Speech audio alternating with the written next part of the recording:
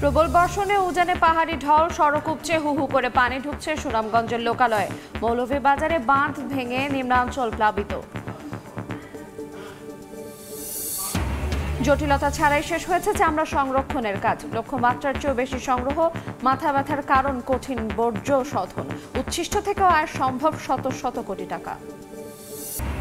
যমুনার বুকে দৃশ্যমান বঙ্গবন্ধু রেল সেতুর পুরো অংশ।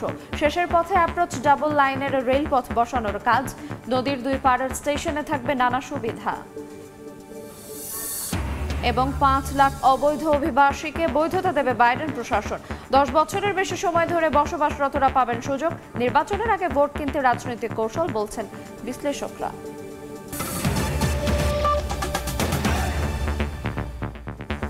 ভারী বৃষ্টির সঙ্গে মেঘালয় থেকে নেমে আসা পাহাড়ি ঢলে বিপর্যস্ত সুনামগঞ্জ।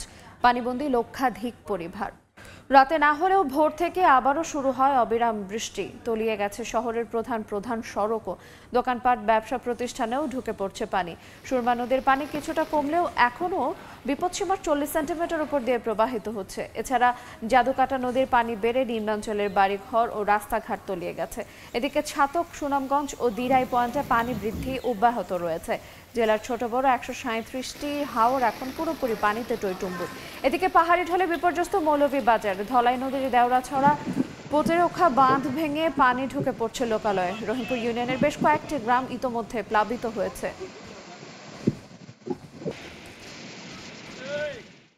এই মুহূর্তে সুনামগঞ্জের সাহেববাড়ি ঘাটে আছেন রিপোর্টার হিমাদ্রি শেখর ভদ্র এবং সিলেটের তালতলায় আছেন ইকরামুল কবির। প্রথমে সরাসরি যাচ্ছি হিমাদ্রির কাছে। হিমাদ্রি,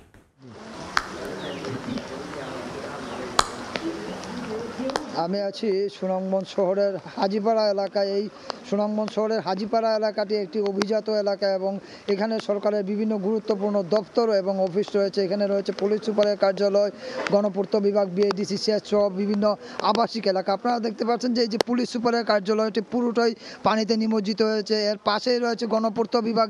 সেই গণপূর্ত বিভাগের অফিসটিও পুরোপুরি পানিতে নিমজ্জিত হয়েছে এবং এর চারপাশে রয়েছে বিভিন্ন আবাসিক এলাকা এবং এগুলি আসলে অভিজাত আবাসিক এলাকা। এই অভিজাত আবাসিক এলাকার যতগুলি নিচতলা আছে, বাসভবনের যতগুলি নিচতলা আছে এবং পুরো নিচতলাগুলি পানিতে প্লাবিত হয়ে গেছে। এবং এইখানে এটা হলো একটা 3 রাস্তার মোড়ে। 3 রাস্তার মোড়ের পুরোটাই হাঁটু থেকে কোমর পানি পর্যন্ত ডুবে আছে এবং মানুষ যে ঘর থেকে বেরিয়ে যাচ্ছে, উচ্চ আশ্রয়স্থলের জন্য মানুষ যে ঘর থেকে বেরিয়ে যাচ্ছে, সেই মিছিলটি এখনো অব্যাহত আছে, সেই যাত্রা মানুষের এখনো অব্যাহত আছে। আপনারা দেখতে পাচ্ছেন যে এই যে লোকজন বেরিয়ে যাচ্ছে এবং ঘর ছেড়ে, এই ঘর ছাড়া লোকজনের যে অবস্থা, এটা গতকালকে থেকে শুরু হয়েছিল এবং এখনো অব্যাহত আছে। মানুষ একটু উঁচু জায়গার আশায় এবং একটু উঁচু স্থানের আশায় মানুষ ঘর থেকে বেরিয়ে যাচ্ছে এবং তারা বিভিন্ন আশ্রয় কেন্দ্রে যাচ্ছে। পাশাপাশি আমরা যদি বলে দেখি যে সুনামগঞ্জে প্রায় 2000 পুকুরের মাছ ভেসে গেছে এবং এতে 5 কোটি টাকার ক্ষয়ক্ষতি হয়েছে। এছাড়া সুনামগঞ্জ শহরের যত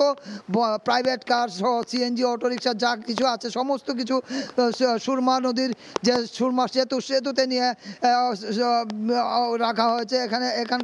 এখানকার দোকানপাট, রাস্তাঘাট, ঘর বাড়ি যা আছে সবই পানিতে তলিয়ে আছে। আমরা কথা বলেছিলাম এখানকার লোকজনের সাথে, তারা জানিয়েছেন যে আজ সকাল থেকে অস্বাভাবিকভাবে পানি বৃদ্ধি অব্যাহত আছে এবং এই অবস্থা চলতে থাকলে এই 2022-এর বন্যা অতিক্রম করতে পারে। আমরা এখন সিলেটের বন্যা পরিস্থিতির খবর জানার জন্য চলে যাচ্ছি সহকর্মী ইকরামুল কবিরের কাছে। তিনি আছেন সিলেট শহরের তালতলা এলাকায়। থামছে না বৃষ্টি, কোনোভাবেই থামছে না উজান থেকে নেমে আসা পাহাড়ি ঢল। এর কারণে সিলেট বিভাগে ধীরে ধীরে 4টি জেলায় পানি ঢুকে যাচ্ছে, এই বিভিন্ন নদ নদীর পানি। এই মুহূর্তে যদি বলি, যে জায়গা দাঁড়িয়ে আছে তালতলা বা মাছুদিঘির পাড়, এই এলাকার যে পানির উচ্চতা রয়েছে বা পানি দেখা যাচ্ছে, এই লেভেলে কিন্তু সুরমা নদীর পানি রয়েছে, যার কারণে সিলেটের বিভিন্ন জায়গা, সিলেট সিটি কর্পোরেশন এলাকার নতুন নতুন জায়গায় পানি ঢুকে যাচ্ছে। গতকালকে থেকে আজকে পর্যন্ত যদি বলি, গতকালকে সন্ধ্যা থেকে এই পর্যন্ত প্রায় 10 সেন্টিমিটার পানি বেড়েছে। আর এই মুহূর্তে বিপদসীমার 37 সেন্টিমিটার উপর দিয়ে প্রবাহিত হচ্ছে সুরমা সিলেট শহরের, এবং অন্য জায়গায় কানাইঘাটও বিপদসীমার উপর দিয়ে প্রবাহিত হচ্ছে। সুরমা, কুশিয়ারা, সারিগাং, এই 4টি নদী 6টে পয়েন্টে বিপদসীমার উপর দিয়ে প্রবাহিত হচ্ছে। অন্যদিকে ভারত থেকে চেরাপুঞ্জি সহ আসাম এবং মেঘালয়ে প্রচুর বৃষ্টি হচ্ছে এবং সেই বৃষ্টিগুলো সিলেট দিয়ে প্রবেশ করছে, বরাক হয়ে সুরমা, কুশিয়ারাতে প্রবেশ করছে। অন্যদিকে সারি, ডাউকি, পিয়াইন এই নদীগুলো দিয়ে ঢুকছে, সারিগাং দিয়ে ঢুকছে, যার কারণে সিলেটের প্রায় প্রত্যেকটি উপজেলা 13টি উপজেলার প্রত্যেকটি উপজেলার মানুষ বন্যা কবলিত হয়ে পড়ছে এবং প্রত্যেকটি উপজেলার নতুন নতুন জায়গা প্লাবিত হচ্ছে। গোয়াইনঘাট, কোম্পানিগঞ্জ, জৈন্তাপুর, জকিগঞ্জ এবং কানাইঘাট, এই 5টি উপজেলা, সীমান্তবর্তী উপজেলা, এই 5টি উপজেলার মানুষ সবচেয়ে বেশি ক্ষতিগ্রস্ত হয়েছে এবং সিটি কর্পোরেশন এলাকায় প্রায় 20,000 মানুষ পানিবন্দী হয়ে পড়েছে। সবকিছু মিলে 5 লাখ মানুষ পানিবন্দী হয়ে পড়েছে। এই অবস্থার উন্নতি হওয়ার আপাতত কোনো লক্ষণ নেই। আগামী 48 ঘন্টা একই অবস্থা থাকবে, বৃষ্টি থাকবে, উজান থেকে পাহাড়ি ঢল নামা অব্যাহত থাকবে। মোটামুটি এই ছিল পাহাড়ি ঢল এবং উজান থেকে নেমে আসা পাহাড়ি ঢল এবং বৃষ্টিপাতের কারণে যে সিলেটের নদ নদীর পানি বাড়ছে এবং ভোগান্তি বাড়ছে তার সবশেষ খবর। আমরা সরাসরি যুক্ত ছিলাম সিলেটের তালতলা এলাকা থেকে এবং শুরুতে ছিলাম সুনামগঞ্জের সাহেববাড়ি ঘাট এলাকা থেকে। এবার অন্য প্রসঙ্গ, সরকার ও ব্যবসায়ীদের সুষ্ঠু ব্যবস্থাপনায় জটিলতা ছাড়াই সম্পন্ন হয়েছে চামড়া সংরক্ষণ কার্যক্রম। লক্ষ্যমাত্রার চেয়েও বেশি সংগ্রহ করেছেন ঢাকার আড়তদাররা। অন্যদিকে মাথা ব্যথার মূল কারণ চামড়া প্রক্রিয়ার কঠিন বর্জ্য শোধন।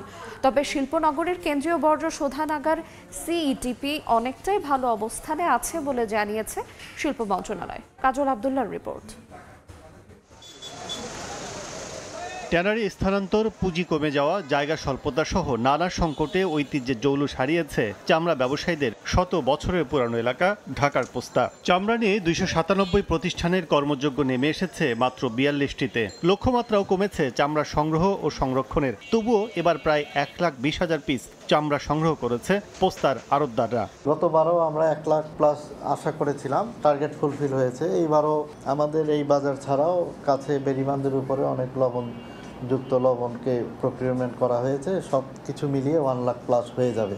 ট্যানারিতে 6 লক্ষ পিস সংগ্রহ করার টার্গেট ছিল। এখন পর্যন্ত আমরা খবর পেয়েছি 4 লক্ষের উপরে গিয়েছে এবং আরও চামড়া আসছে।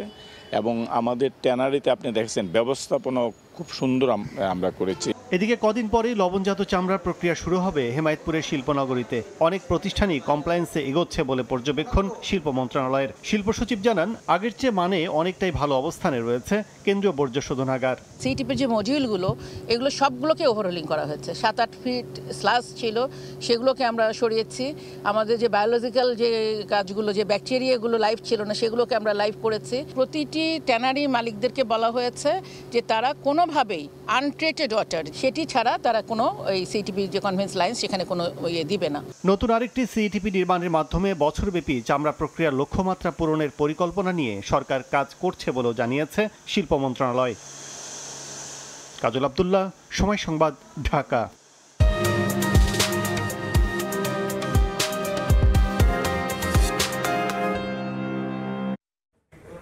কোরবানির পশুর বর্জ্য ফেলনা নয়, গরু মহিষের মাথার চামড়া, হাড়, শিং, কান রফতানি করা যায় বিদেশে। প্রক্রিয়াজাত করে ওষুধ ও সিরামিক শিল্পে কাজে লাগানোর পাশাপাশি বানানো যায় বিভিন্ন শৌখিন জিনিসপত্র, যা থেকে আয় করা সম্ভব কয়েকশো কোটি টাকা।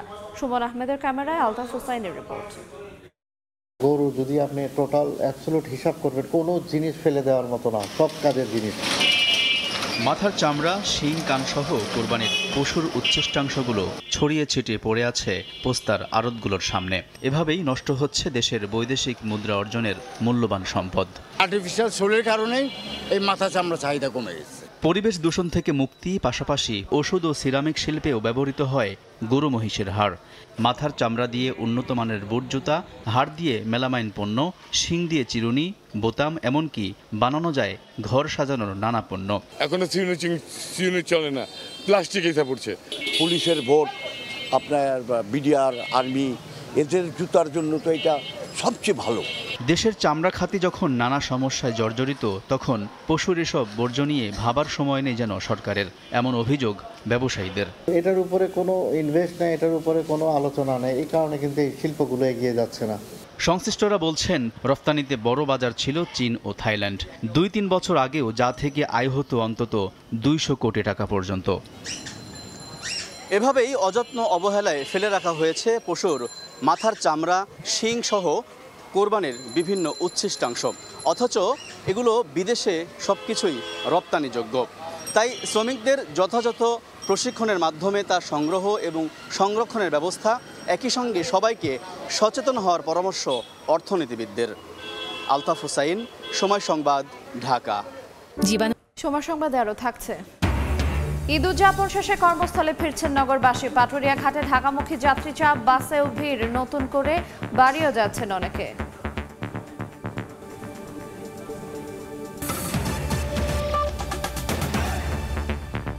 নির্বাচনের আগে 5 লাখ অভিবাসীকে বৈধতা দিতে যাচ্ছেন মার্কিন প্রেসিডেন্ট জো বাইডেন, যারা কমপক্ষে 10 বছর ধরে যুক্তরাষ্ট্রে বসবাস করছেন। তাদের ক্ষেত্রে প্রযোজ্য হবে এই পদক্ষেপ। আসন্ন প্রেসিডেন্সিয়াল নির্বাচনের আগে বাইডেন প্রশাসনের এমন নীতিকে বুদ্ধিদীপ্ত সিদ্ধান্ত হিসেবে চিহ্নিত করছেন রাজনৈতিক বিশ্লেষকরা। যুক্তরাষ্ট্র থেকে দস্তগীর জাহাঙ্গীরের রিপোর্ট। যতই সময় গড়াচ্ছে ততই ঘনিয়ে আসছে যুক্তরাষ্ট্রের প্রেসিডেন্সিয়াল নির্বাচন। কিছুদিন আগেও হান্টার বাইডেনের আগ্নেয়াস্ত্র সংক্রান্ত মামলায় সরগম ছিল আন্তর্জাতিক গণমাধ্যমগুলো। এবার নতুন অভিবাসন নীতি ঘোষণা করে আলোচনায় এলেন প্রেসিডেন্ট জো বাইডেন। মঙ্গলবার হোয়াইট হাউসের এক বিবৃতিতে অবৈধ অভিবাসীদের বৈধ করার ঘোষণা দিয়েছেন মার্কিন প্রেসিডেন্ট। যারা কমপক্ষে 10 বছর ধরে দেশটিতে বসবাস করছেন তাদের কাজের অনুমতি দেবে প্রশাসন। এতে বৈধ হওয়ার কপাল খুলছে 5 লাখের বেশি দম্পতি। প্যারোলিন প্লেস নামের এই পদক্ষেপটি অভিবাসীদের জন্য গ্রিন কার্ড ও নাগরিকত্ব পাওয়ার পথ আরো সহজ করবে। এখানেই শেষ নয়, যুক্তরাষ্ট্রের বিশ্ববিদ্যালয় থেকে যারা স্নাতক সম্পন্ন করেছেন তাদেরও আনা হবে এই নীতির আওতায়। বৈধ হতে খুব দ্রুতই প্রার্থীরা আবেদনপত্র জমা দিতে পারবেন বলে জানিয়েছেন সংশ্লিষ্টরা। I will work with anyone to solve these problems. That's my responsibility as president. I'm not interested in playing politics with the border or immigration. I'm interested in fixing it. বেশ কয়েক বছর ধরেই অনথিভুক্ত অভিবাসীদের অগ্রাধিকার দেওয়ার ব্যাপারে প্রশাসনকে অনুরোধ জানিয়ে আসছিলেন অভিবাসন আইনজীবীরা। নতুন নীতির বিষয়ে তারা বলেছেন এটি বাইডেন প্রশাসনের একটি বুদ্ধিদীপ্ত রাজনৈতিক পদক্ষেপ। আসন্ন নির্বাচনে নেভাডা ও অ্যারিজোনার মতো গুরুত্বপূর্ণ রাজ্যগুলোতে লেতিন ভোটারদের সমর্থন পেতে মরিয়া বাইডেন। এর অংশ হিসাবেই এমন পদক্ষেপ নিলেন তিনি। এই পদক্ষেপটি প্রায় 5 লক্ষাধিক আমেরিকান পরিবার এবং 21 বছরের কম বয়সী অভিবাসীদের প্রায় 50,000 অনাগরিক সন্তানদের আইনি মর্যাদা এবং সুরক্ষা প্রদান করবে। বাংলাদেশি অভিবাসীরাও এই আইনি সুরক্ষা পাবেন। যুক্তরাষ্ট্রের প্রেসিডেন্ট নির্বাচনকে সামনে রেখে বাইডেনের এই ঘোষণাকে ভোট কেনার রাজনৈতিক চাল বলেই বিশ্লেষকরা মনে করছেন। দস্তগীর জাহাঙ্গীর, সময় সংবাদ, ওয়াশিংটন ডিসি। ভূমধ্যসাগরে আরও একটি নৌকাডুবির ঘটনায় নতুন করে 66 জন অভিবাসন প্রত্যাশী উদ্ধার। স্থানীয় সময় মঙ্গলবার ইটালির ক্যালাব্রিয়া সমুদ্র সৈকত থেকে 200 কিলোমিটার দূরে অভিবাসন প্রত্যাশীদের বহনকারী একটি নৌকা ডুবে যায়। উদ্ধারের পর তাদের প্রশাসনের কাছে হস্তান্তর করে কোস্ট গার্ড। এর একদিন আগেই ইটালির দক্ষিণ উপকূলে নৌকাডুবির ঘটনায় এখনও নিখোঁজ 60 জনেরও বেশি। সমুদ্রপথে অবৈধভাবে ইতালিতে ঢোকার প্রবণতা বাড়ায় বাংলাদেশের ভাবমূর্তি ক্ষুণ্ণ হচ্ছে বলে জানান প্রবাসীরা। 1 দশকেরও বেশি সময় ধরে লিবিয়া ও তুরস্ক উপকূল থেকে নৌকায় করে ইউরোপের বিভিন্ন দেশের ঢোকার চেষ্টা করছেন বিভিন্ন দেশের অভিবাসন প্রত্যাশীরা। তবে গত কয়েক বছরে এই সংখ্যা বেড়েছে কয়েক গুণ। এবার খেলার খবর। অ্যান্টিগায় পৌঁছে প্রথমবারের মতো অনুশীলন করেছে বাংলাদেশ। ঝড়ের কারণে স্থানীয় সময় সকালে অনুশীলনের কথা থাকলেও সেটা বাতিল করে টিম ম্যানেজমেন্ট। পরে সন্ধ্যায় ফ্লাড লাইটের আলোয় ফিল্ডিং অনুশীলন করেছে টাইগাররা। দীর্ঘ 17 বছর পর টি-20 বিশ্বকাপের সুপার 8-এ উঠেছে বাংলাদেশ। গ্রুপ পর্বে 4 ম্যাচের মধ্যে 3 জয়ে শীর্ষ 8-এর টিকিট কাটে টাইগাররা। অ্যান্টিগায় 21 জুন ভোরে অস্ট্রেলিয়ার বিপক্ষে ম্যাচ দিয়ে সুপার 8 মিশন শুরু হবে হাথুরুর দলের। 2021 সালের চ্যাম্পিয়নদের বিপক্ষে ম্যাচ সামনে রেখে ফ্লাড লাইটের আলোয় ফিল্ডিং অনুশীলন করেছে বাংলাদেশ দল। এবারের বিশ্বকাপে বেশিরভাগ ম্যাচেই হয়েছে লো স্কোরিং, তাই প্রতিপক্ষকে কম রানে আটকে রাখতে ফিল্ডিংয়ে বাড়তি গুরুত্ব ছিল কোচের। তবে এদিন টাইগারদের ফিল্ডিং অনুশীলনে ছিলেন না অধিনায়ক নাজমুল হোসেন শান্ত এবং সাকিব আল হাসান। 22 জুন টাইগারদের দ্বিতীয় ম্যাচে প্রতিপক্ষ ফেভারিট ভারত। এছাড়া 25 জুন সুপার 8-এ শেষ ম্যাচে আফগানিস্তানের বিপক্ষে লড়বে বাংলাদেশ। এ পর্যায়ে শীর্ষ সংবাদগুলো জানিয়ে দেব আরেকবার। প্রবল বর্ষণে উজানে পাহাড়ি ঢল, সড়ক উপচে হু হু করে পানি ঢুকছে সুনামগঞ্জের লোকালয়ে। মৌলভীবাজারে বাঁধ ভেঙে নিম্নাঞ্চল প্লাবিত। এবং জটিলতা ছাড়াই শেষ হয়েছে চামড়া সংরক্ষণের কাজ। লক্ষ্যমাত্রার চেয়েও বেশি সংগ্রহ। মাথা ব্যথার কারণ কঠিন বর্জ্য শোধন। উচ্ছিষ্ট থেকেও আয় সম্ভব শত শত কোটি টাকা। এ ছিল সময় সংবাদে। এ সময়ের বাণিজ্য নিয়ে সঙ্গে থাকবেন সহকর্মী ওমর ইনান। আইরিন, আপনাকে ধন্যবাদ। এ সময়ের বাণিজ্য নিয়ে ফিরছি কিছুক্ষণ পর, সঙ্গে থাকুন সময়ের।